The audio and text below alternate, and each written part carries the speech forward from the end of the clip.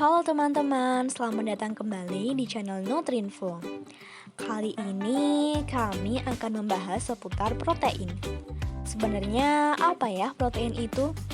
Protein adalah molekul penyusun tubuh terbesar sesudah air yang berfungsi sebagai pembangun dan memelihara sel-sel dalam jaringan tubuh.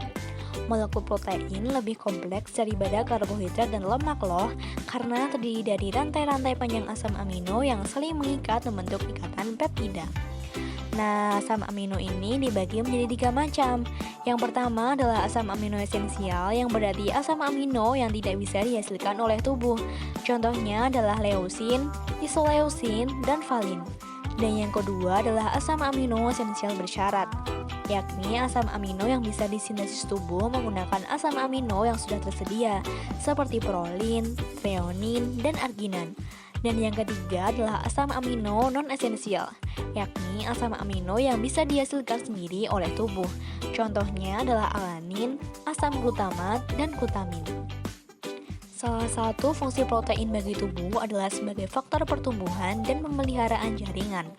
Otot merupakan salah satu jaringan tubuh yang membutuhkan protein. Protein utama yang menyusun jaringan otot adalah aktin dan miosin. Lalu, dari mana ya kita mendapatkan sumber protein? Berdasarkan sumbernya, protein dibedakan menjadi 2, yakni protein yang berasal dari hewan atau biasa disebut sebagai protein hewani, dan yang berasal dari tumbuhan atau biasa disebut sebagai protein nabati. Lalu, bagaimana ya peran sumber protein terhadap otot? Contoh yang pertama adalah susu. Susu dan produk susu, misalnya yogurt dan keju, mengandung komponen bioaktif yang dapat meningkatkan sintesis protein pada otot. Susu berpotensi meningkatkan massa otot, kinerja otot, kekuatan, dan fungsi otot, serta menjadi salah satu cara untuk pencegahan sarkopenia. Mengonsumsi produk susu akan merangsang penyerapan asam amino, sehingga terjadi proses sintesis protein otot.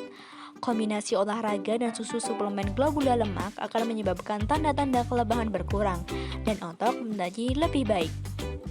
Yang kedua adalah telur. Telur merupakan sumber makanan yang kaya akan protein. Protein telur sangat bioavailable, sehingga mampu merangsang sintesis protein otot dengan efektif. Telur utuh dapat menjadi sumber makanan potensial untuk meningkatkan massa otot. Akan tetapi, umumnya otot tidak akan bertambah besar, kecuali jika dilatih. Konsumsi telur utuh mengakibatkan massa otot gastrocnemius meningkat daripada konsumsi kasein. Hal ini terjadi karena protein yang berada dalam telur menyebabkan lemak perut menurun. Protein justru berperan pada peningkatan massa otot.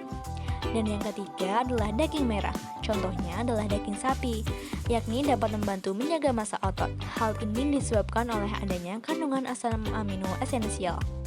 Daging sapi juga mengandung beta-alanin yang menghasilkan karnosin. Karnosin adalah senyawa yang dapat menjalankan fungsi otot.